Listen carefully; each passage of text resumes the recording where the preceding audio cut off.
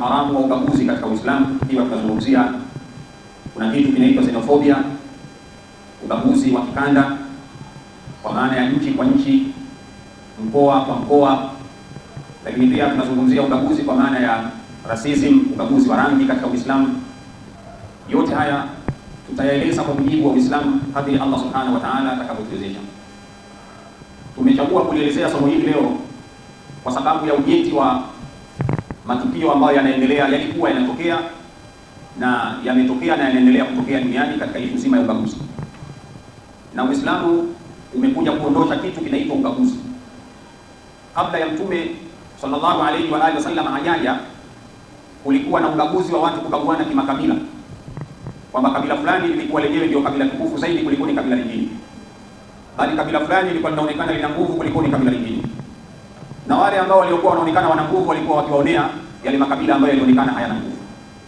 Mwenyezi Mungu anasema, laqad manna Allahu 'ala al-mu'minin idh ba'atha fihim rasulan min anfusihim yatlu 'alayhim ayatihi wa yuzakkihim wa yu'allimuhum al-kitaba wal hikma wa in kanu min qablu la fi dhalalin mubin. Kabla ya ujio wa Mtume watu walikuwa katika upotevu wa hali ya juu sana, lakini baada ya Mtume kuja, upotevu ule waliokuwa nao wanadamu ukaondoka, kwa sababu Mtume aliwakuta wanadamu wanaishi katika hali ya kuoneana, katika hali ya kubaguana. Kabila fulani linaonekana lina nguvu kushinda kabila lingine, lakini alipokuja Mtume akaja kuyaondoa yote haya. Na ndio maana Mwenyezi Mungu anasema, wa ma arsalnaka illa rahmatan lil alamin.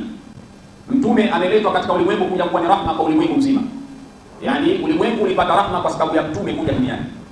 Kabla ya Mtume hajaja kulikuwa hakuna rahma, kulikuwa hakuna huruma katika ulimwengu. Mwenye nguvu alikuwa anaonekana na haki zaidi kuliko yule aliyekuwa mnyonge. Kabila fulani lilikuwa linaonekana lina nguvu kuliko ni kabila fulani. Lakini Mwenyezi Mungu anasema, wa ma arsalnaka illa rahmatan lil alamin. Hatukukutuma Muhammad wewe ndio ukawe ni rahma kwa ulimwengu mzima.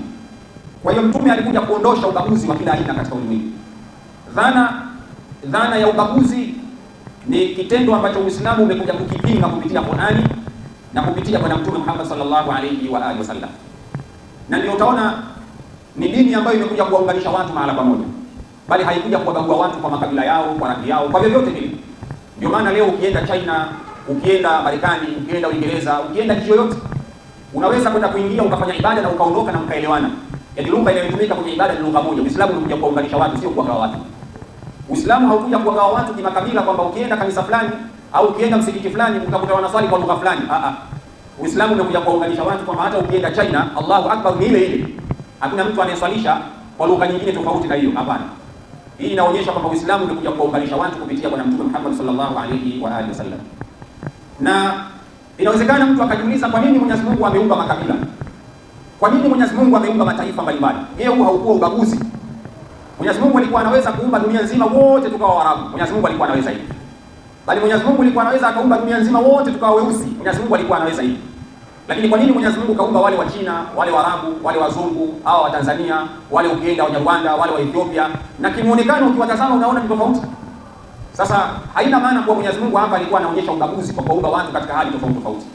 Bali Mwenyezi Mungu mtukufu Subhanahu wa Ta'ala ndani ya Qur'ani anasema, ya ayuhan nasu, enyi watu. Na aya hii inapatikana katika sura Al-Hujurat aya 13, na ndio aya ambayo leo itaongoza katika darasa yetu ya leo. Mwenyezi Mungu anawaita wanadamu, anawaita watu, anasema ya ayuhan nasu, enyi watu. Na tamko hili katika aya linaonyesha kwamba Mwenyezi Mungu alikuwa anaongea na watu wote. Alikuwa anaongea na Waislamu na wasiokuwa Waislamu na wasiokuwa na dini. Alikuwa anaongea na Waarabu, alikuwa anaongea na Waswahili, alikuwa anaongea na Wachina, alikuwa anaongea na Wakorea. Ndio maana akasema ya ayuhan nasu, enyi watu. Mwenyezi Mungu anapotaka kuongea na waumini peke yake, huwa anasema ya ayyuhalladhina amanu, enyi mlioamini. Mwenyezi Mungu hapo anazungumza na waumini peke yake. Kwa hiyo tamko hili linaonyesha Mwenyezi Mungu alikuwa anatoa tangazo kwa ulimwengu mzima. Ya ayuhan nasu, enyi watu, inna khalaqnakum min dhakarin wa untha, hakika tumekuumbeni nyinyi kwa maana ya wanawake na wanamume. Min dhakarin wa untha, tumeumbeni nyinyi kutokana na wanawake na wanamume. Waja'alnakum shu'uban wa qabaila, na tukawajalieni nyinyi au tumewafanya nyinyi mataifa mbalimbali na makabila mbalimbali. Shu'uban wa qabaila, mataifa mbalimbali na makabila mbalimbali. Lengo ni nini? Mwenyezi Mungu anasema litaarafu, lengo muweze kufahamiana. Ndio lengo la Allah Subhanahu wa Ta'ala. Mwenyezi Mungu hapa ameainisha dhana ya kuumbwa wa China, dhana ya kuumbwa wa Marekani, kuumbwa wa Tanzania, wa Kenya. Lengo la Allah Subhanahu wa Ta'ala anasema litaarafu, lengo muweze kufahamiana. kwamba tuweze kumjua huyu ni Mchina, tuweze kumjua huyu ni Mkorea, tuweze kumjua huyu ni Mtanzania, tuweze kumjua huyu ni Mkenya, pengine Mwethiopia, Rwanda. Ndio lengo la Allah subhanahu wa ta'ala, tuweze kutambuana. Ndio maana akaumba mataifa tofauti tofauti, shuuba wa qabaila, mataifa tofauti tofauti na makabila tofauti tofauti, litaarafu. Lengo la Allah subhanahu wa ta'ala muweze kufahamiana. Lakini mbele Mwenyezi Mungu akasema inna akramakum inda Allahi atqakum. Mwenyezi Mungu akaja kupigilia msumari mbele, hakika ya mbora wenu, inna akramakum inda Allahi atqakum, hakika ya mbora wenu zaidi kati ya hayo mataifa mbalimbali, makabila mbalimbali, ni yule ambaye atakayekuwa mcha Mungu. Allah anasema hivyo, inna akramakum inda Allahi atqakum, mbora kati ya nyinyi ni yule ambaye atakayekuwa mcha Mungu zaidi. Inna Allaha alimun khabir, hakika ya Allah subhanahu wa ta'ala ni mjuzi na ana habari ya kila kitu ambacho wanadamu wanakifanya. Aya hii ukitazama kwa makini, Mwenyezi Mungu alikuwa anaonyesha utofauti wa wanadamu, lakini akaja akaelezea ubora wa mwanadamu. Yaani ubora wa mwanadamu unapatikana wapi? Ni pale ambapo mwanadamu atakapokuwa mcha Mungu, ndio ubora wa mwanadamu unapatikana hapo. Ubora wa mwanadamu haupatikani kwa sababu huyu ni Mwarabu. Ubora wa mwanadamu haupatikani kwa sababu huyu ni Mwingereza. Ubora wa mwanadamu haupatikani kwa sababu huyu pengine ni Muhindi. Hapana. Mwenyezi Mungu anasema inna akramakum inda Allahi atqakum, hakika ya mbora wenu mbele ya Allah subhanahu wa ta'ala ni yule ambaye aliyekuwa mcha Mungu. Asili ya mwanadamu Mwenyezi Mungu ameielezea kwenye aya hii aliposema inna khalaqnakum min dhakarin wa untha, tumewaumbeni nyinyi kutokana na mwanamume na mwanamke ambaye ni Hawa na Adamu alayhi salam. Yani wanadamu wote chimbuko letu ni Adamu alayhi salam na mama yetu Hawa. Min dhakarin wa untha, tumeumbwa sisi kutokana na mwanamke mmoja na mwanamume mmoja ambaye ni Adamu na mama yetu Hawa. Awe ni Muhindi, awe ni Mchina, awe ni Mwarabu, awe ni Mtanzania, awe ni mtu wa Afrika ya Kusini, awe ni Malawi, Mwenyezi Mungu anasema ametuumba kutokana na mwanamke mmoja. Sote tumetokana katika watu hao wawili, Adamu na Hawa. Hakuna mwanadamu ambaye atasema hajatokana na Hawa na Adam. Hapana, sote tumetokana hapo. Kisha Mwenyezi Mungu akasema inna akramakum inda Allahi atqakum, hakika ya mbora wenu mbele ya Allah subhanahu wa ta'ala ni yule aliyekuwa mcha Mungu zaidi. Ikiwa wote tumetokana na Adam, ikiwa wote tumetokana na Hawa, mwanadamu anawezaje kujifahiri kwa yeye ni bora kumshinda mwingine? Ikiwa sote asili yetu ni kwa mwanamke mmoja na mwanamume mmoja, vipi mwanadamu anaweza kujifahiri kwamba mimi ni bora kushinda mtu mwingine, ikiwa wote mmetokana kwa mama yenu mmoja na baba yenu mmoja? Swali mtu anaweza akajiuliza, pengine yule kaumbwa mweupe, huyu kaumbwa mweusi. Maana kuna mtu anaweza akambagua mtu kwa sababu yeye ni mweupe na yule mwingine ni mweusi, au pengine mtu akambagua yeye akajiona mweusi, yule ni mweupe, kwa hiyo akambagua akajiona yeye ni bora kushinda mwingine. Kwani ubora wa mtu unatokana na weupe wake au weusi wake? Hapana. Na swali unaweza ukajiuliza, je, weupe na weusi umetoka wapi? Mwenyezi Mungu mtukufu subhanahu wa ta'ala, namna alivyomuumba mwanadamu amemuumba kwa hikma kubwa sana. Namna alivyomuumba mwanadamu amemuumba kwa hikma kubwa sana, na hakuna mwanadamu ambaye hajatokana na udongo. Sote tumetokana na udongo. Ulama wanatueleza asili ya kuumbwa mwanadamu ni kwamba unapoona huyu mweupe na unapoona huyu mweusi, huyu maji ya kunde, yani ni namna ya aina ya udongo uliotumika katika kumuumba mwanadamu. Aina ya udongo uliotumika katika kumuumba mwanadamu. Wakati Israel anatumwa na Allah subhanahu wa ta'ala kuja kuchukua udongo wa kwenda kumuumba mwanadamu, hakuchukua sehemu moja. Wanawachuoni wanatuambia hivi, udongo haukuchukuliwa sehemu moja. Udongo ulichukuliwa sehemu tofauti tofauti. Udongo ulichukuliwa wa Tanzania, udongo ulichukuliwa pengine wa Kenya, udongo ulichukuliwa wa India, udongo ulichukua mahala fulani. Udongo haukuwa wa sehemu moja. Na uzuri wa udongo huwa haufanani. Ukienda Morogoro leo kuna udongo mwekundu. Ukienda kule kwetu Msanga au Zaramoni, maeneo ya Malui, kuna udongo fulani hivi kama una rangi ya maziwa. Kuna mkoa mwingine ukienda kuna udongo mweusi mfinyanzi. Kuna sehemu nyingine ukienda kuna udongo mwekundu kama hivi rangi fulani ya kahawia. Yaani Mwenyezi Mungu namna alivyomuumba mwanadamu, udongo wake ulichukua sehemu tofauti tofauti. Na ndio maana unakuta katika kizazi cha wanadamu baadaye wakatokea watu weusi. Wakatokea watu weusi sana, kwa sababu ukienda maeneo ya Sudan ya Kusini, ukienda kuna watu weusi kweli kweli. Yaani mimi unaniona hapa ni mweusi, lakini kuna watu wamelizidi mara 10 yake. Weusi kweli kweli. Ukienda Ulaya utakuta kuna wazungu, lakini ukimtazama weupe wake mzungu, ukitazama na weupe wa Mchina haufanani. Ukitazama weupe wa Mchina na Mkorea haufanani. Ukitazama weupe wa Mhindi na Mwarabu haufanani. Ndivyo Allah subhanahu wa ta'ala alivyomuumba mwanadamu. Kama mwanadamu ameumbwa na udongo tofauti tofauti, ndio maana wakazalikana watu wenye rangi tofauti tofauti. Lakini wanadamu wote asili yao ni moja. Kwa hiyo mtu hawezi kubaguliwa kwa sababu ya rangi yake, kwa sababu wote wametokana na mwanamke mmoja na wote wametokana na mwanamume mmoja. Sheikh Mawita kalika. Kwa hiyo watu wote wametokana na mwanamke mmoja na wametokana na mwanamume mmoja. Kwa hiyo mtu hawezi kubaguliwa kwa sababu ya rangi yake, kwa sababu sote tumeumbwa kutokana na udongo. Kwa hiyo Mwenyezi Mungu anasema inna akramakum inda Allahi atqakum, mbora wenu ni yule ambaye atakayekuwa mcha Mungu mbele ya Allah subhanahu wa ta'ala. Na hadithi ya bwana Mtume Muhammad sallallahu alayhi wa alihi wasallam, Mtume anasema ya ayuhan nasu, enyi watu. Mtume anawahubiria watu kama Mwenyezi Mungu alivyosema ya ayuhan nasu inna khalaqnakum min dhakarin wa untha. Kwenye hadithi yake Mtume na yeye vile vile ameanza ya ayuhan nasu, enyi watu. Kisha Mtume akasema ala inna rabbakum wahidun, zindukeni enyi watu, hakika ya Mola wenu ni mmoja, Mungu wenu ni mmoja aliyewaumba. Ulama wanasema ala iliyokuja hapa ya tanbihi, kuwazindua watu, zindukeni wanadamu, hakika ya Mungu wenu ni mmoja. Wa inna abaakum wahidun, baba yenu wanadamu ni mmoja. Ala, Mtume akasema tena zindukeni wanadamu, la fadla li arabi, hakuna ubora wa Mwarabu. Mtume anasema hakuna ubora wa Mwarabu ala ajami, na juu ya Mwajemi. Yani mtu asije akajifakiri akajiona mimi Mwarabu ni bora kushinda Mwajemi. Mtume hapa alikuwa anatoa mfano kati ya Mwarabu na Mwajemi, kwa sababu kuna utofauti kati ya Mwarabu na Mwajemi. Wakina Salman al-Farisi walikuwa ni watu ambao waliotokea upande wa Uajemi, maeneo ya Persia. Sasa palitokea kitu, yule Salman al-Farisi kuna siku alibaguliwa. Alitokea sahaba mmoja wa Quraish akambagua Salman al-Farisi. Ndio maana Mtume akaja kutoa haya maneno, akaja akawaambia ala zindukeni enyi Waislamu, la fadla li arabiyu, hakuna ubora wa Mwarabu ala ajamiyu, juu ya Mwajemi, au ajamiyu juu ya Mwajemi, hakuna ubora huo. Mfano wake ni sawa sawa ukasema hakuna ubora wa Mzaramu juu ya Mnyamwezi. Unaweza ukafanya mfano kama huo. Hakuna ubora wa Mdengeleko juu ya mtu pengine labda Mnyaturu, hakuna ubora huo. Hakuna ubora wa mtu Mmasai juu ya Msukuma, hakuna ubora huo. Mtume anakataa jambo kama hilo. Mtume akasema wala li ajamiyu ala arabiyu, na wala hakuna ubora wa Mwajemi juu ya Mwarabu. Asitokee mtu ambaye ni Mwajemi akajifakhiri akasema mimi ni bora kuliko Mwarabu. Mtume akakataa jambo hilo. Asije akatokea Msukuma akasema sie kanda ziwa tuko wengi tofauti ya nyie huko bwana watu wa pwani, akajifakhiri kwa ukanda wa ziwa wake. Mtume anakataa. Asije akatokea mtu akasema huyu tumbagueni kwa sababu ni mtu wa Zanzibar. Mtume anasema hakuna ubora huo. Na wala asitokee mtu akasema tumbague kwa sababu huyu ni Mbara. Mtume anakataa jambo hilo. Anasema hakuna ubora wa Mwajemi juu ya Mwarabu. Kisha Mtume akasema wala li ahmar ala aswad, na wala hakuna ubora wa mweusi ubora wa mtu mwekundu, yani kwa maana ya mtu ambaye rangi yake kama ya kati na kati hivi, sio mweusi na wala sio mweupe, yani ahmar, anakuwa rangi fulani hivi kama nyekundu nyekundu. Hakuna ubora huo juu ya mtu mweusi. Mtume hapa napo alikuwa anapigilia msumari kwamba asitoke mtu akamdharau mtu mwingine kwa kuwa yeye ni mweupe, basi akamdharau mtu ambaye ni mweusi. Mtume anakataza jambo hilo. Kisha akasema wala li aswada ala ahmar, na wala hakuna ubora wa mtu mweusi juu ya mtu mweupe. Mtume anakataa jambo hilo. Kisha akasema illa bitaqwa, isipokuwa kwa ucha Mungu. Kwa hiyo ubora wa mtu tunautafuta kwenye ucha Mungu wake. Hatuutafuti ubora wa mtu kwa sababu ya rangi yake, hatuutafuti ubora wa mtu kwa sababu ya kabila yake. Hapana.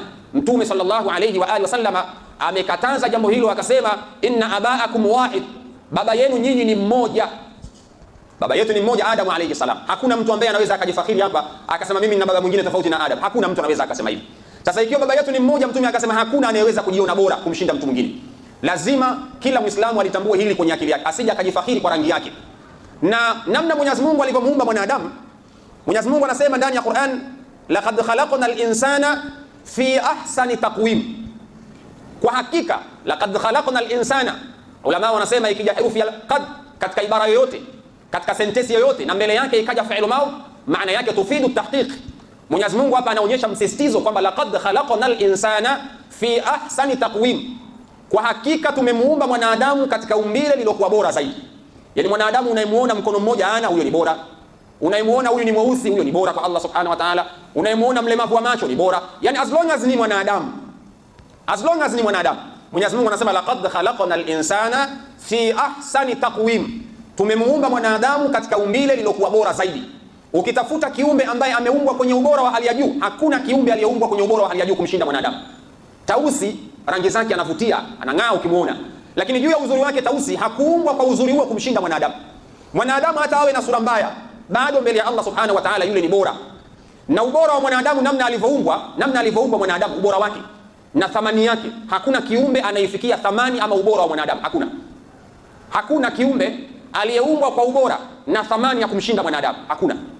Niliwahi kutokea tukio moja, nakumbuka niliwahi kuwasimulia. Kulikuwa na sahaba mmoja alikuwa akiitwa Julaibib. Julaibib alikuwa Mwenyezi Mungu amemuumba ni mfupi, lakini Julaibib sura yake haikuwa nzuri.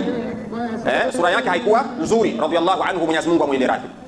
Julaibib siku moja akawa anataka kwenda kuoa. Mtume alimuuliza, ya Julaibib ala tatazawaj, Julaibib wewe hutaki kuoa? Anamuuliza hutaki kuoa? Julaibib anamjibu Mtume, anamwambia ya Rasulullah man yuzawijni fil Madina, ni nani ataniozesha hapa katika mji wa Madina kwa hali yangu unavyoniona? Kwanza alikuwa fukara, pili alikuwa ni mfupi, tatu sura yake haikuwa nzuri. Ni nani unadhani hapa katika mji wa Madina ataniozesha mimi? Julaibibi alikuwa anabaguliwa na watu. Mtume sallallahu alayhi wa alihi wasallam akamwambia, njoo nenda katika nyumba fulani, pale kuna binti mzuri, peleka taarifa waambie Mtume kanituma nilete posa hapa, na wakikuuliza posa ya nani waambie mimi nimekuja kumuoa binti aliyekuwa katika nyumba hii. Julaibibi akamwambia Mtume, itawezekana hiyo? Mtume akamwambia nenda. Julaibibi akaenda mpaka kwenye ile nyumba. Alipofika pale wakamkaribisha kwa bashasha. Baada ya kumkaribisha kwa bashasha, Julaibibi akauliza, haya, kitu gani kimekuleta? Julaibibi akawaambia, Mtume ameniagiza nilete posa hapa nyumbani kwenu ya binti yenu. Wale watu wakafurahi kweli, wakaona binti yetu anaolewa na Mtume Muhammad sallallahu alayhi wa alihi wasallam. Haya, nani anataka kumuoa? Julaibibi akawaambia, Mtume ameniambia nilete posa, mimi ndo nimuoe binti yenu. Wale wenye binti masahaba wale, yule mke na mume wote nyuso zao zikasawijika, kila mmoja uso ukawa mwekundu. Akaanza kumuuliza, wewe Julaibibi wa kuoa katika nyumba yetu? Wewe kwa hali yako ya ufukara unavyojiona wewe unaweza ukaoa katika nyumba yetu? Sasa wakati wanamwambia hivyo, yule binti alikuwa yupo chumbani anasikia wakati Julaibibi anazodolewa. Kilichokuja kutokea, yule binti akaja sebuleni akamwambia, baba, ikiwa jambo hilo kalileta Mtume kwamba mimi niolewe na Julaibibi, basi mimi niko radhi kuolewa na Julaibibi. Ikiwa Mtume kasema hivyo, mimi niolewe na Julaibibi, basi mimi niko radhi kuolewa na Julaibibi. Ikiwa jambo kalihukumu Allah na kalihukumu Mtume, basi Muislamu hana khiari juu ya jambo hilo. Kwa hiyo mimi niko radhi kuolewa na Julaibibi. Wale wazazi waliposikia hivyo, wakamuozesha yule binti kwa Julaibibi. Julaibibi akamuoa mwanamke mzuri katika mji wa Madina, ambaye masahaba wengi walikuwa wanamtaka lakini walimkosa, lakini akaja akaolewa na sahaba ambaye aliyekuwa ni fukara, sahaba aliyekuwa ambaye ni mfupi, sura yake haikuwa nzuri, lakini akaja akaoa mwanamke aliyekuwa mzuri. Kwa sababu gani? Yule binti alizingatia maelekezo ya bwana Mtume Muhammad. Kwa hiyo Julaibibi alibaguliwa kwa hali yake, kwa maumbile yake aliyokuwa nayo, lakini Mtume anakataza kumbagua mtu kwa maumbile yake, kwa hali yake ya ufukara aliyokuwa nayo, asibaguliwe mtu kwa hali yake hiyo. Kwa hiyo kimsingi ni kwamba hakuna ubora wa mwanadamu mmoja kwenda kwa mwanadamu mwingine illa bitaqwa, isipokuwa kwa ucha Mungu mbele ya Allah subhanahu wa ta'ala. Wako baadhi ya watu wanawabagua wanadamu wenzao kwa makabila. Kuna baadhi ya watu wanawabagua wanadamu wenzao kwa rangi, kwamba mimi najiona pengine ni Mwarabu, huyu ni Mswahili. Tena inafikia kiwango, kuna baadhi ya watu hata ukiswali nao, imamu akisema sawu, basi kuna baadhi ya watu ukimsogezea mguu anasogeza ule mguu wake. Kuna msikiti mmoja nilishawahi kuswali mimi, kuna mtu mmoja nilikuwa naswali na pembeni hapa, kila nikisogeza mguu yule bwana anasogeza mguu wake. Nikawa najiuliza, huyu bwana vipi? Alikuwa mtu ambaye ana rangi nyeupe. Kumbe kuna baadhi ya watu wana ubaguzi mpaka kwenye swala, kiasi ambacho ukimsogezea mguu, akishajua wewe mtu mweusi tu hataki kuunganisha mguu baina yako wewe na yeye. Sasa Mtume anakataza, hakuna ubora wa mtu mweupe juu ya mtu mweusi, na wala hakuna ubora wa mtu mweusi juu ya mtu mweupe illa bitaqwa. Ubora wa mtu unapimwa kwenye uchamungu wake aliyokuwa nao. Sasa leo duniani ukitazama, utakuta kuna swala la ubaguzi limeingia. Kwa mfano, ukiangalia katika nchi ya Afrika ya Kusini, kuna kitu kinaitwa xenophobia. Xenophobia ni aina ya ubaguzi ambao watu wanabaguliwa kwa utaifa au uzawa. Kuna kitu kinaitwa uzawa, ubaguzi wa kitaifa, kimaeneo, kikanda. Yani pengine wa Tanzania wanakuwa hawatakiwi South Africa, pengine wa Nigeria wanakuwa hawatakiwi South Africa, pengine wa Mozambiki, watu wa Ghana. Tumeshuhudia hivyo. Na baadhi ya mataifa mengine wanafanya hiyo kitu kinaitwa xenophobia. Yani ni kuwafukuza watu katika taifa lenu kwamba hamtaki kuchanganyika na watu wa mataifa mengine. Kitendo hiki Mtume sallallahu alayhi wa alihi wasallama amekikataza. Kitendo hiki Uislamu umekikataza. Duniani kuliwahi kutokea matukio mengi sana ya ubaguzi. Ukisoma katika historia, kuna matukio ya ubaguzi yaliwahi kutokea 1948 mpaka 1994 katika nchi ya Afrika ya Kusini. Kulikuwa na kitu kinaitwa apartheid. Kulikuwa na ubaguzi baina ya watu weupe na watu weusi wa Afrika ya Kusini. Kulikuwa na ubaguzi wa watu weupe na watu weusi, na watu weupe walikuwa wakigewa haki zaidi kuliko ni watu weusi Afrika ya Kusini. Kuanzia 1948 mpaka mwaka 94 Afrika ya Kusini inapata uhuru, ndio inakuja kukomeshwa hayo mambo ya ubaguzi wa watu weupe. Wakati 2000 nakumbuka na 2009 mimi nakwenda kusoma Afrika ya Kusini, yani ubaguzi niliukuta. Yani bado kuna maeneo ambayo mpaka leo Afrika ya Kusini kuna baadhi ya watu weusi hawakai katika yale maeneo. Kwa mfano, ukienda maeneo ya East London, Afrika ya Kusini kuna maeneo wanapata East London. Ukienda kule East London, asilimia kubwa wanakaa watu weupe. Na kama mtu mweusi akienda kukaa, basi kwa vyovyote atakutana na ubaguzi wa rangi. Kwa vyovyote atakutana nao. Atakutana nao ubaguzi wa rangi. Ukienda maeneo ya East London na baadhi ya maeneo mengine Afrika ya Kusini. Kwa hiyo niliyakuta hayo mambo. Lakini sasa imekwenda mbali zaidi, wale wa Afrika ya Kusini wenyewe, wale watu weusi wa Afrika ya Kusini, badala ya wao walikuwa wakilalamika wanabaguliwa na watu weupe, sasa hivi na wao wanawabagua wenzao, watu weusi wenzao. Kwamba watu wakitoka mataifa mengine hawaruhusiwi kuja Afrika ya Kusini. Hii inaitwa xenophobia. Hata mimi nilikuta kule, kuna baadhi ya nyakati wale watu huwa wanaamua kucharuka tu kwamba hatutaki watu wa mataifa mengine katika nchi yetu, wanaamua kuwafukuza. Hiki kitu nimekikuta South Africa kipo.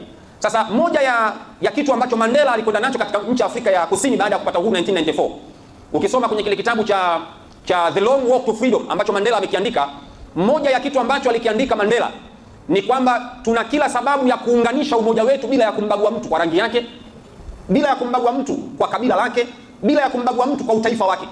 Hiyo ni moja ya slogan ambayo Mandela aliingia nayo alipokuwa anakwenda kuiongoza Afrika ya Kusini. Na ndio maana unaona kilipatikana kitu kinaitwa apartheid, yalipatikana maridhiano ya kitaifa baina ya watu weusi na makaburu.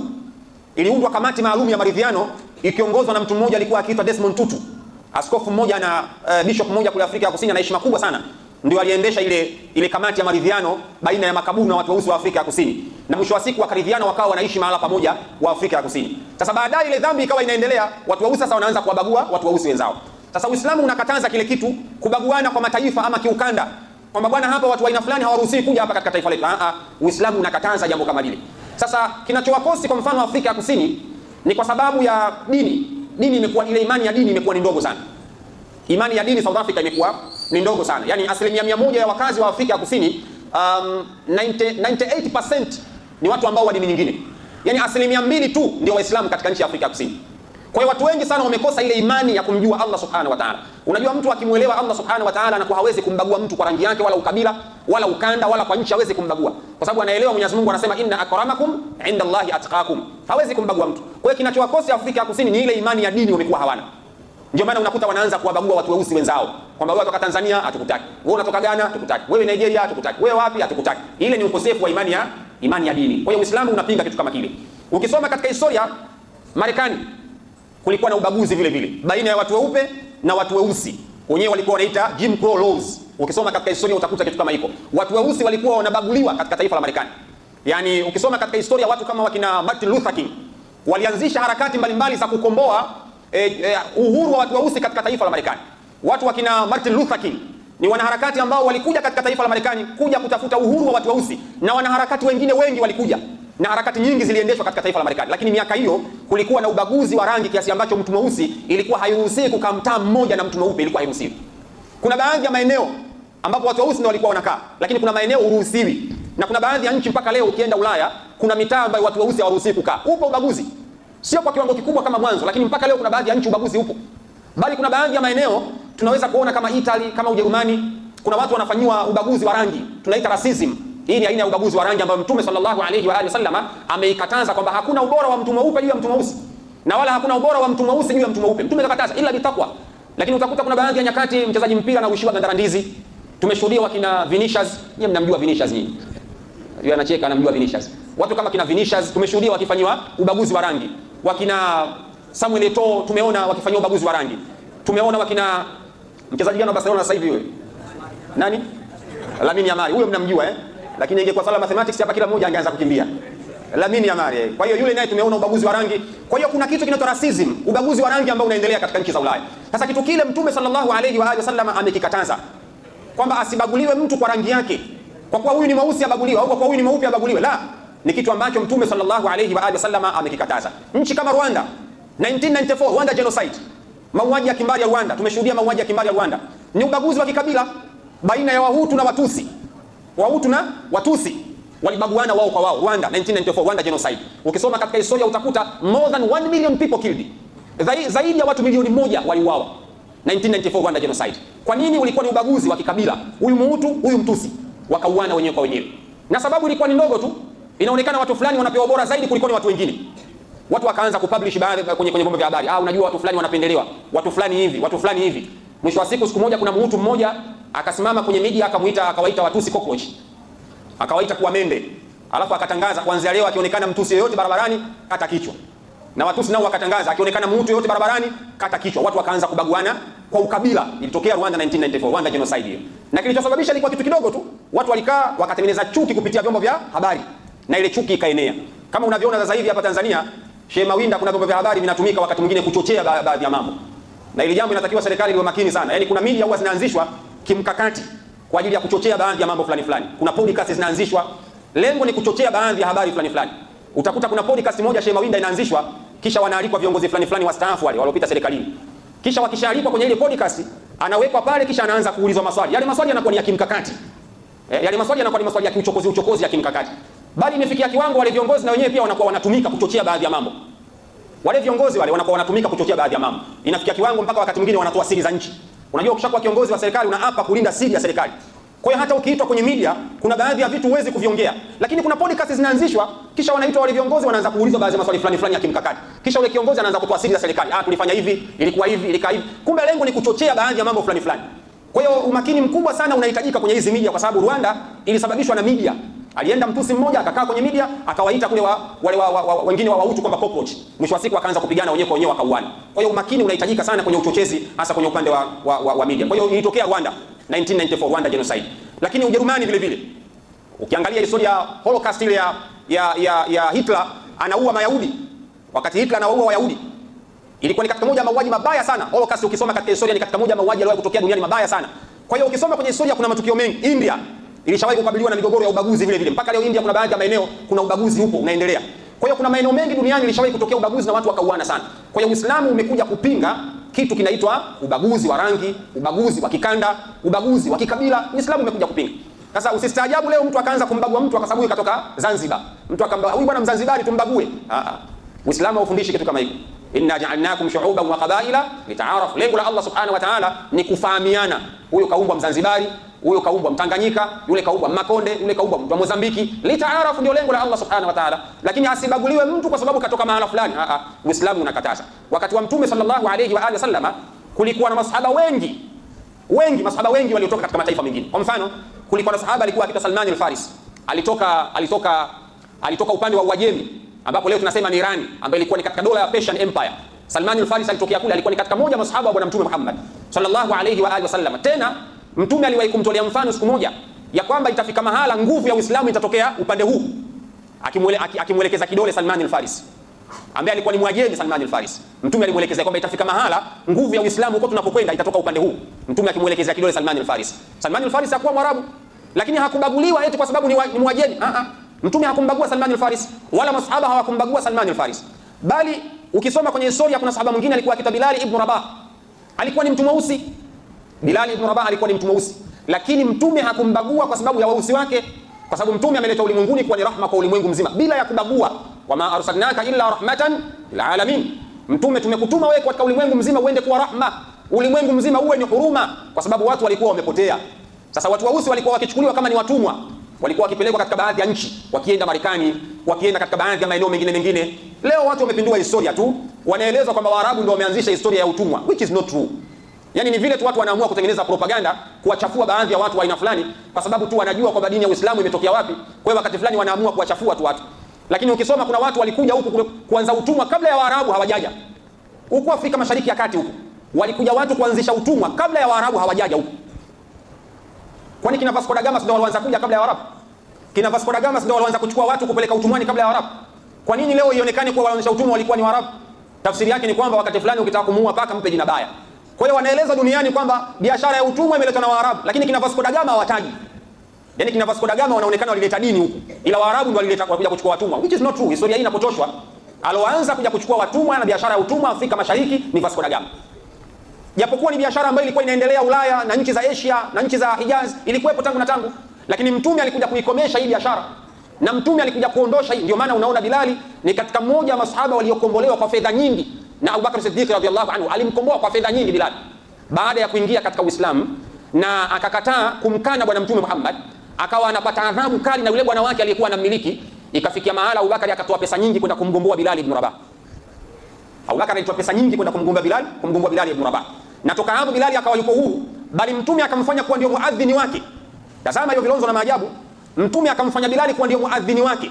Inafaradhishwa sala, muadhini wa kwanza Mtume anamfanya kuwa ni Bilal ibn Rabah. Mtu mweusi. Kulikuwa na Waarabu, kulikuwa na watu ambao wana sauti nzuri, kuna watu ambao walikuwa na lafzi nzuri ya Kiarabu. Ilifika mahala Bilal kuna baadhi ya matamshi ilikuwa hawezi kuyatamka. Kwa mfano, kwenye lugha ya Kihabesh, na inasemekana Bilal alikuwa ni Mnubi. Yaani wameathirika ile mother tongue, ile lugha yao ya asili ya Wahabeshi imewaharibu kiasi ambacho mpaka hawawezi kusema shini. Sisi Waswahili tunaweza kusema shini. Wahabeshi hawawezi kusema shini, wanasema sini. Kwa hiyo ukimwambia asema ashhadu an la ilaha illa Allah hawezi. Anasema ashhadu an la ilaha illa Allah. Kwa hiyo Bilal ilikuwa hawezi kusema ashhadu an la ilaha illa Allah, kwenye adhana ilikuwa hawezi. Ilikuwa anasema ashhadu an la ilaha illa Allah, lakini Mtume alimfanya hivyo kwa muadhini wake. Kwa nini mtume alikuwa anatufundisha kwamba hakuna ubaguzi wa rangi, kwamba kwa kuwa huyu ni Mwarabu anatamka vizuri tukambagua huyu Bilali eti kwa kuwa ni mweusi au atamki vizuri Kiarabu? Mtume hapa alikuwa anaonyesha hakuna ubaguzi katika Uislamu. Siku moja niwapeni kisa, Bilali alikuwa akifanywa fitna kwenye ile nafasi ya uadhini, alikuwa akifanywa fitna na baadhi ya watu walikuwa wanaitaka ile nafasi. Siku moja Bilali akawa anaelekea msikitini kwenda kuadhini, kuna sahaba mmoja akawa amemuai Bilali, yeye akawahi kwenda kuadhini. Bilali anafika pale kuta adhani inaadhiniwa, basi Bilali akakaa. Mtume sallallahu alayhi wa alihi wasallam kwa kuwa nyumba yake ipo karibuni na msikiti, alisikia adhana inaadhiniwa, akaingia wakasali. Baada ya kumaliza kusali, Jibril alayhi salam akashuka kwa mtume kumuuliza, hivi nyinyi mmeswali leo sala ya dhuhuri? Mtume akamwambia naam, tumeswali. Akamwambia tumezoea kusikia sisi wakazi wa mbinguni adhana ikiadhiniwa huko ardhini sisi tunasikia, lakini leo hatujasikia. Mtume akaanza kuuliza ni nani kaadhini leo?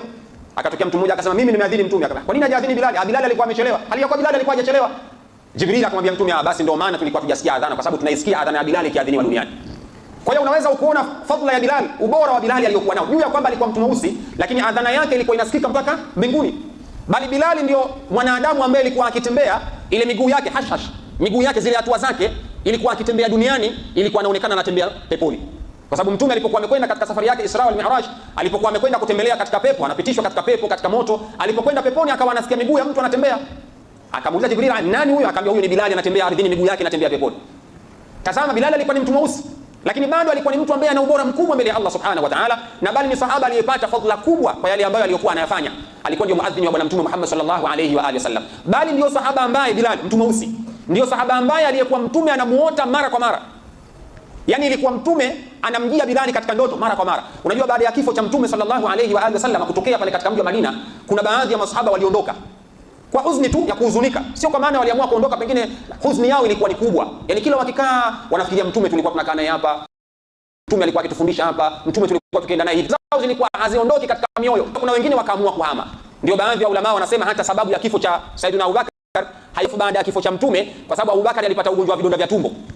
Yani ile huzuni na mawazo juu ya kumwaza bwana mtume Muhammad sallallahu alayhi wa alihi wasallam, Abubakar akapata ugonjwa wa vidonda vya tumbo kwa sababu ya mawazo.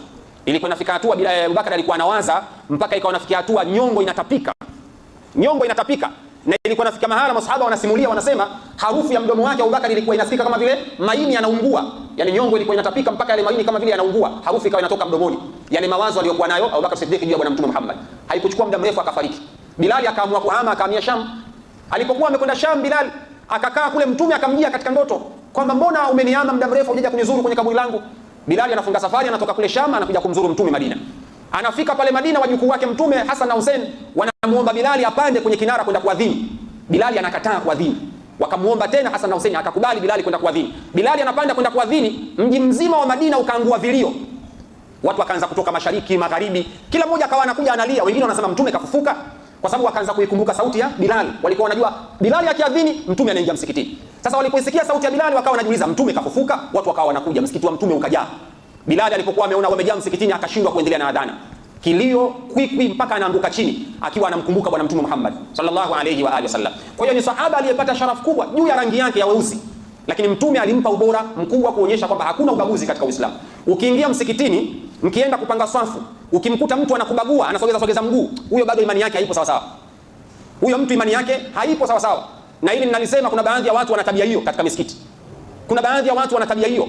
Imamu anasema sawu sufufakum, i'tadilu, aqimu sufufakum. Watu hadhu baina almanakib wal aqdam, yani maana mabega kwa bega yagusane, nyayo kwa nyayo. Kuna watu ukimpelekea nyayo anakwepesha, ukimpelekea kidole anakwepesha, ukimpelekea bega hataki kugusana na Muislamu mwenzie. Ni nini ubaguzi uliokuwa umemjaa?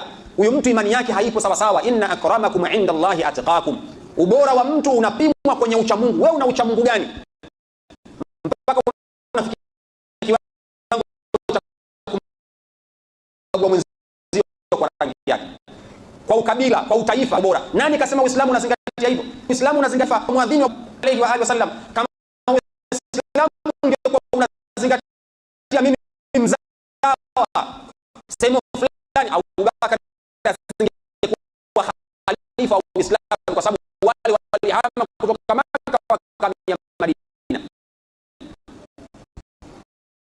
Alihama kutoka Makka akamia Madina, walikuwa na ndugu zao Uislamu. Kuna baba wenzao, bwana mimi wewe umekuja hapa useme hivi, baba walikuwa wakapenda na ndugu zao, walikuwa ilayhi yajidun haja yuthirunhum walau kana bihim khasasa, waliwapenda ndugu zao, bali waliwapa vile ambavyo walivyokuwa navyo wao, waliwapa na hawakuona dhiki. Kwa hiyo asitokee mtu Mzaramo kazaliwa hapa akaona Mnyamwezi kaja, wewe Mnyamwezi umekuja hapa, uwezi kuwa mtu fulani. Uislamu unakataza hivyo bwana, inna akramakum inda Allahi atqakum. Na asitokee mtu akaanza kujitakasa akajiona yeye ni bora. Mwenyezi Mungu anasema fala tuzakku anfusakum huwa a'lamu biman ittaqa. Asitokee mtu akajitakasa mimi ni bora kumshinda mwingine. Mwenyezi Mungu ndo anayejua hapa nani kati ya sisi ni mcha Mungu kumshinda mwingine.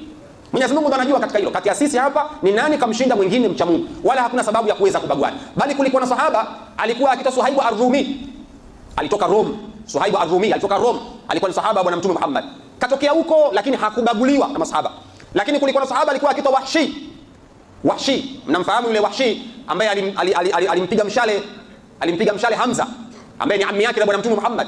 Yule alikuwa ni mtu mweusi, na aliingia katika Uislamu, na Uislamu haukumbagua eti kwa kuwa labda alimuua Hamza au pengine alikuwa ni mtu mweusi, la. Bali leo inafika kiwango mtu anabaguliwa kwa sababu zamani alikuwa mlevi. Yaani kwa mtu kaanza kuswali juzi anaanza kubaguliwa. Wewe bwana si mlevi umeanza juzi bwana, anaanza kubaguliwa. Bwana tayari unaanza kuingia msikitini. Uislamu hautazami hivyo. Wahshi alimuua Hamza. Piga mshale, kauliwa Hamza. Na ilimuuma Mtume mpaka anaingia kaburini, lakini Uislamu haukumbagua Wahshi. Kwa nini? Uislamu unapinga ubaguzi. Bali kulikuwa na sahaba alikuwa kitwa Fairuz. Ni sahaba bwana Mtume Muhammad. Alikuwa ni katika miongoni mwa watu waliotoka Yaman.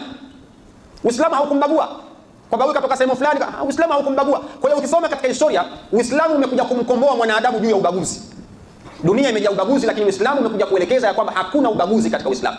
Asije akabaguliwa mtu kwa rangi yake, asije akabaguliwa mtu kwa kabila lake, asije akabaguliwa mtu pengine kwa ukanda au kwa nchi aliyotokea. Hapana. Hii mipaka tuliyowekewa ilikuwa ni fikra za watu kwa lengo la kututawala tu. Ndio lengo, hakuna kingine. Hizi nchi mipaka tuliyowekewa ni fikra za watu kututawala, kwamba kipande hiki kiishia hapa, hawa watatawaliwa na fulani. Kwani Berlin Conference ilikuwa inafundisha nini? Wewe Sheikh, Berlin Conference ilikuwa inafundisha nini? Berlin Conference mmesoma form ngapi? Mimi nakumbuka tumesoma sura ya 5 sura 6. Watu waligawana Sheikh haya maeneo, sio? Yaani hata Berlin Conference ya mwijue historia nao imeshindwa kuna nini? Berlin Conference watu waligawana maeneo. Watu walikaa wakagawana kwamba kipande hiki kitakuwa ni cha watu hawa, kipande hiki kitakuwa cha watu hawa, kipande hiki kitakuwa cha watu hao. Kwa hiyo ni mipaka tu watu wameiweka kwa lengo la kuwatawala watu, lakini isifikie kiwango wa Afrika ya Kusini wakawabagua Wagana, wakawabagua wa Tanzania, au wa Tanzania wakawabagua watu wengine. Uislamu unakataza kitu kama hiko. Yuko mwanachuoni mmoja anaitwa Ibn Kathir. Alikuwa anaelezea ile aya inayosema inna akramakum inda Allahi atqakum, yeye akasema aqalu bi nama bittaqwa, isipe fadhila sababu ya uweza kujibora. Mimi Uislamu umekata fulani, yani sababu yangu sana. Uislamu unakataza hivyo, inna akramakum inda Allahi atqakum. Tukienda mbele ya Allah subhanahu wa ta'ala, sote tunakuwa katika daraja moja, sote tunakuwa katika daraja moja. Siku ya kiyama watu hawahukumiwi kwa sababu huyu Mnyamwezi, huyu Mzaramo, huyu Msukuma, la, au huyu pengine Mwarabu, huyu Muhindi, huyu Mzungu, la. Siku ya kiyama mtahukumiwa kila mmoja kwa matendo yake. Wakifuhum innahum mas'ulun.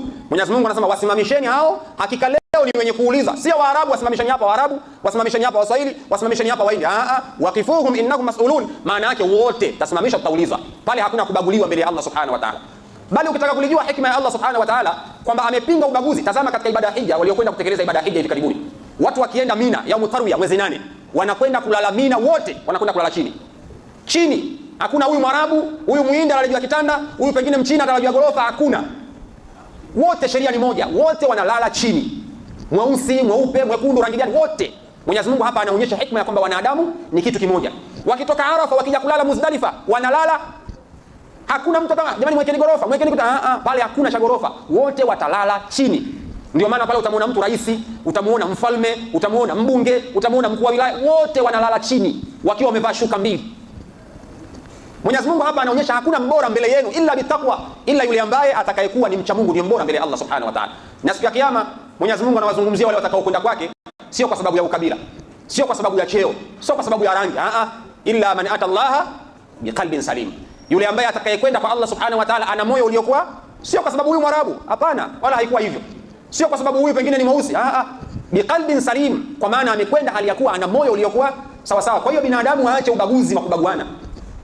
Watu waache ubaguzi wa kutazama huyu katoka mahala fulani, katoka mahala fulani, la, watu waache ubaguzi wa aina hiyo. Uislamu umekuja kukemea kitu kinaitwa ubaguzi, na wala haifai kumdharau mwanadamu katika hali ya aina yoyote ile. Sheikhul Islam Ibn Taymiyyah rahimahullah, yeye katika moja maneno yake aliyokusema, fa inna an-nasa, hakika ya watu, kulluhum min Adam, watu wote wametokana na Adam. Ibn Taymiyyah anasema hivyo, wa Adamu min turab, na Adam ametokana na udongo.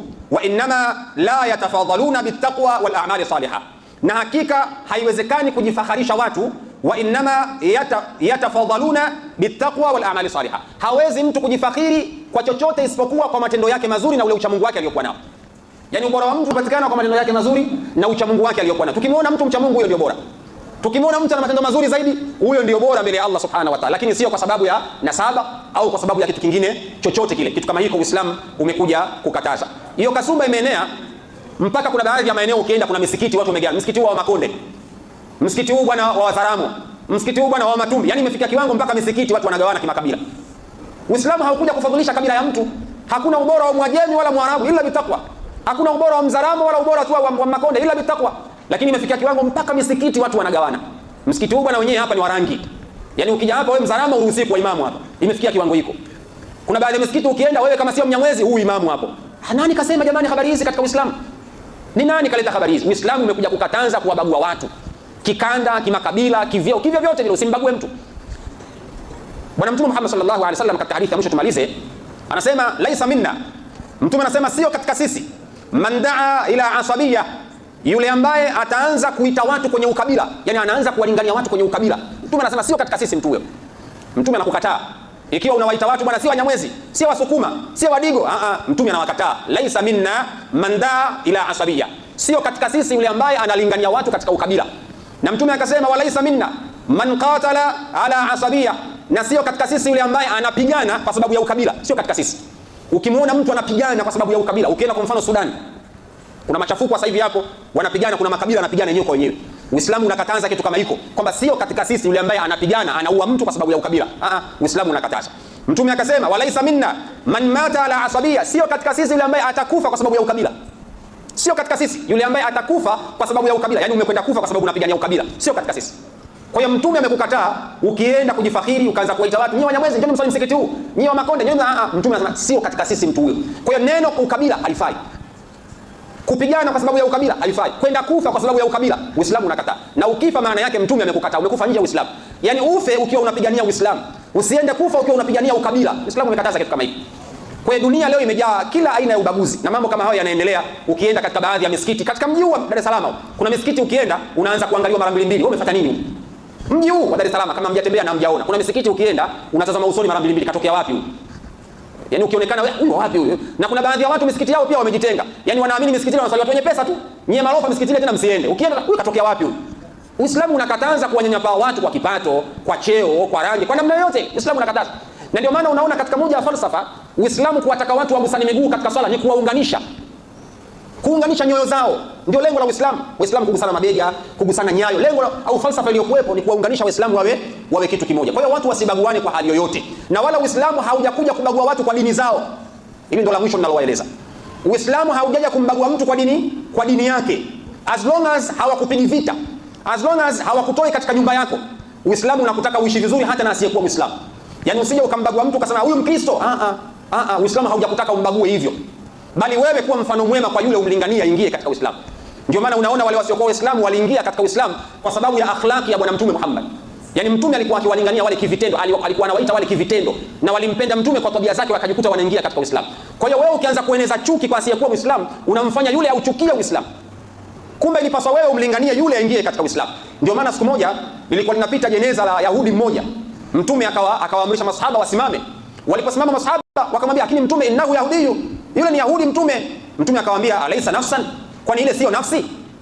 Ile sio nafsi mpaka mnasema yule Myahudi? Maana yake Mtume alikuwa anaonyesha yule kama ni Myahudi, tumesimama kwa ule ubora, ile sharafu ya wanadamu wake. Lakini pia Mtume akawa anahuzunika kwamba nafsi ile imeondoka hali ya kuwa imemponyoka, haikuingia katika Uislamu. Kwa hiyo maana yake usimdharau mtu kwa sababu ya dini yake, bali unaweza kumlingania akaingia katika Uislamu. Uislamu pia unapinga ubaguzi wa kumbagua mtu kwa dini yake. Na vile vile asitoke mtu akambagua Muislamu kwamba kwa kuwa huyu ni Muislamu basi abaguliwe. Uislamu unapinga kitu kama hiko. Bali ikitokea mtu anakubagua na wewe mbague. Ikitokea mtu anakupiga vita kwa sababu ya dini yako na wewe mpige vita. Ikitokea mtu anakutoa kwenye nyumba yako kwa sababu ya dini yako na wewe mtoe katika nyumba yake. Yaani Uislamu unataka hivyo. Lakini kinyume na hapo usimfanyie madhara yule ambaye sio katika dini yako. Kwa hiyo Uislamu pia unakataa kumbagua mtu katika dini yake. Uislamu unakataa kitu kama hiko. Bali leo unaanza kuona kuna baadhi ya watu wanaanza kubagua watu wengine. Huyu mtu fulani huyu Muislamu, huyu hivi. La, sisi kama Waislamu hatumbagui mtu kwa dini yake. Uislamu unakataza. Ndio maana unakuta katika moja hadithi Mtume akasema, ittaqu da'watal maghlum, ogopeni dua ya mtu aliyedhulumiwa. Ogopeni dua ya mtu aliyedhulumiwa. Mtu aliyedhulumiwa hapa Mtume hakumtaja kuwa ni Muislamu. Hata asiyekuwa Muislamu ogopa dua yake. Ukimdhulumu mtu ambaye sio Muislamu, akanyanyua mikono yake, Mungu yule yule unayemwamini wewe anajibu dua yake yule, kwa sababu umemdhulumu. Yule yule ambaye unayemwabudu wewe, yule sio Muislamu, akanyanyua mikono, Mwenyezi Mungu anakuachia wewe, dua yake yule Mwenyezi Mungu anaipokea. Mwenyezi Mungu hakubali dua za watu madhalim. Lakini dua ya mtu aliyedhulumiwa na Muislamu, umemdhulumu, akinyanyua mikono yake, Mungu anakuachia wewe, ujue umepata hasara. Maana vita yake utapambana na Allah Subhanahu wa Ta'ala. Kwa hiyo hata asiyekuwa Muislamu hatakiwi kudhulumiwa. Usije ukamdhulumu mtu eti kwa kuwa si Muislamu. Uislamu unakataza kitu kama hiko. Kwa hiyo kubaguliwa mtu kwa sababu ya dini yake, hapana katika Uislamu. Ndio maana Mtume aliwapokea Wakristo kutoka Najran. Wale manasara walikuja kwa Mtume Madina, Najran. Walipokuja ukafika muda wao wa kuabudu, Mtume akawawekea eneo la kuabudia. Umeona Mtume hekima yake ilivyo? Mtume akawapa eneo la kuabudia, ingieni humu muabudu. Wale Wakristo wakaingia, wakaenda kutoka Najran, walikuja kumtembelea Mtume. Walikuja kwa malengo ya kutaka kujua habari ya Uislamu. Mtume akamwambia, nataka kusali, ingieni humu msali. Akawapa eneo, akawa wanasali. Uislamu haukukataza hivyo. Haukukataza hivyo. Mtume alikuwa anawaunganisha wale wasio kwa Uislamu kwa hekima kubwa mpaka wanaingia katika Uislamu. Someni katika ile historia ya tajdidul Kaaba. Wakati al-Kaaba Makuraish wanaijenga upya, walipokuwa wametoa Hajar al-Aswad, baadaye wakati wa kwenda kulirudisha Hajar al-Aswad, kila mmoja akawa anapigana vita kutaka yeye ndo arudishe, kwa sababu ya sharafu ya ukabila. Makuraish wanataka wao, si Banu nani wanataka wao, si Banu nani, kila kabila wanataka lenyewe ndo likaweke Hajar al-Aswad. Wakaweka sharti, wakasema atakayekuwa wa kwanza kuingia mahala hapa ndio atakayeweka Hajar al-Aswad. Watu wakakaa wakatazama nani atakuwa wa kwanza kuingia pale katika eneo la Kaaba, akawa ni bwana Mtume Muhammad. Lakini Mtume baada ya kuingia wa kwanza, yeye hakwenda kuweka yeye jiwe, akachukua kitambaa kisha akaweka lile jiwe, akaita makabila yote, kabila fulani, njoeni, shika kengo hiyo, shika upande huo, wakabeba jiwe lile mpaka kwenye eneo la Hajar al-Aswad. Walipofika pale, Mtume akachukua akaliweka lile jiwe. Kwa hiyo Mtume akawaunganisha. Hawakuwa Waislamu, lakini Mtume aliwaunganisha. Kwa hiyo Uislamu unakataza hata dhana ya kuwabagua watu ambao sio Waislamu, ikiwa hawawapigi vita katika majumba yenu au katika ibada zenu au katika mambo yenu. Kwa hiyo dhana nzima ya ubaguzi katika Uislamu imekatazwa. Inna akramakum inda Allahi atqakum, mbora wenu ni yule ambaye atakayekuwa mcha Mungu mbele ya Allah Subhanahu wa Ta'ala. Usimbague mtu kwa sababu wewe ni Mpemba. Umeelewa bwana? Wewe simbague mtu kwa sababu ni Mpemba. Wewe ni Mpemba au kwa sababu wewe Mzanzibari. Au kwa sababu wewe Mnyamwezi, sio kambagua mtu. Au wewe Mweusi na mbagua mweupe. Usifanye kitu hiko, Uislamu unakataza. Na ukimbagua mtu maana yake Mtume anakutoa katika Uislamu. Mtume anasema laisa minna, sio katika sisi, ndiye ambaye anajifakhiri katika ukabila, sio katika sisi.